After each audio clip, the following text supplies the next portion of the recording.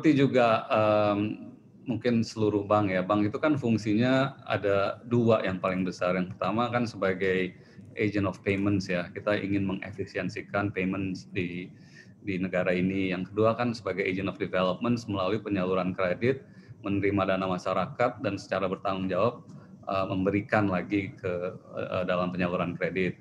Memang pada saat ini demand kredit itu turun banyak sekali gitu. Yang, masih punya uang, tidak ingin berekspansi, yang belum punya uang ingin pinjam, tapi juga susah karena bank menahan diri gitu. Nah, memang sih sebetulnya kalau bank itu kalau ingin ingin expand itu, kan melihat macam-macam angle-nya ya. Ada yang 3 pilar kredit, ada yang 5 Cs kalau orang bilang, mulai dari character, collateral, secara capacity untuk membayar segala macam itu.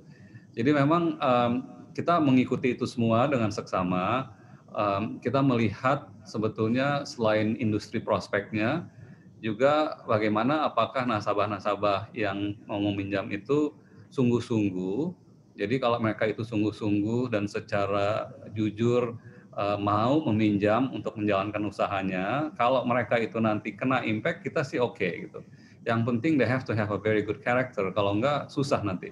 Tapi in principle, we are very much looking forward untuk menyalurkan kredit, terutama kepada pengusaha atau pelaku ekonomi yang sungguh-sungguh ingin menjalankan roda perputarannya. Memang kesulitannya ini kan dengan banyaknya PSBB, dengan tingkat pandemik yang masih tinggi, dengan pembatasan ruang gerak pelaku ekonomi, itu jadi perputaran roda ekonominya memang memang rendah gitu. Seperti kita tahu sampai sampai kuartal ketiga ini pun juga pertumbuhan GDP-nya kan masih masih minus ya. Jadi memang kita juga melihat kalau dipaksakan juga susah gitu. Walaupun di masa-masa ini ada juga segmen-segmen yang lebih positif, ada juga yang amat sangat negatif. Contohnya kalau misalnya perhotelan atau makanan, itu kan memang secara industri memang sulit gitu loh.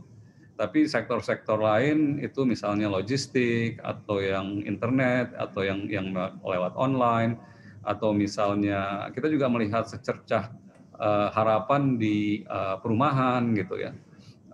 Ataupun yang export oriented gitu, apakah itu yang sifatnya commodities, jadi kita juga sudah melihat sedikit secercah harapan di misalnya di palm oil ataupun di coal gitu. Tadi kami baru bicara dengan salah satu manufaktur dari negara Eropa yang merupakan salah satu